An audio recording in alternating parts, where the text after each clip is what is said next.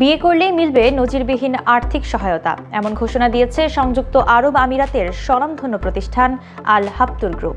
এই তথ্য নিশ্চিত করে গ্রুপটির প্রতিষ্ঠাতা চেয়ারম্যান খালাফ আল হাবতুর জানান, তার প্রতিষ্ঠানে কর্মরত কোনো আমিরাতি নাগরিক বিবাহ বন্ধনে আবদ্ধ হলে তাকে 50,000 দিরহাম অনুদান দেওয়া হবে, যা বাংলাদেশি মুদ্রায় প্রায় 16 লাখ টাকার সমান।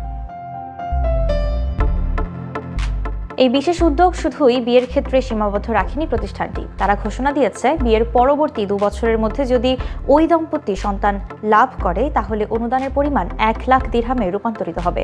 সামাজিক মাধ্যমের এক বার্তায় খালাফ আল হাবতুর বলেন, বিবাহ এবং পরিবার গঠন কেবল ব্যক্তিগত বিষয় নয়, এটি সামাজিক এবং জাতীয় দায়িত্বও বটে।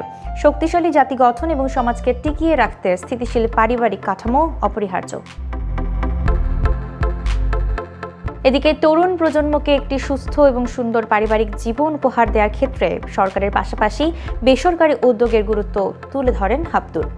একই সঙ্গে তিনি আরও বলেন, আমিরাত সরকার বরাবরই যুব সমাজকে পারিবারিক জীবন শুরু করতে বিচ্ছিন্নভাবে সহায়তা করে আসছে। তবে দেশের নাগরিকদের উজ্জ্বল ভবিষ্যৎ এবং সামাজিক সংহতি রক্ষায় বেসরকারি খাতের পক্ষ থেকেও এমন বাস্তবমুখী পদক্ষেপ গ্রহণ করা প্রয়োজন। অন্যদিকে বর্তমান পরিসংখ্যান অনুসারে সংযুক্ত আরব আমিরাতের মোট জনসংখ্যা প্রায় 1,15,00,000। সেখানে স্থানীয় আমিরাতিদের সংখ্যা মাত্র 15%। জনসংখ্যার এই ভারসাম্য রক্ষায় এবং স্থানীয় তরুণদের স্বাবলম্বী করতে ফেডারেল এবং স্থানীয় সরকার ইতোমধ্যে বিভিন্ন কর্মসূচি চালু করেছে।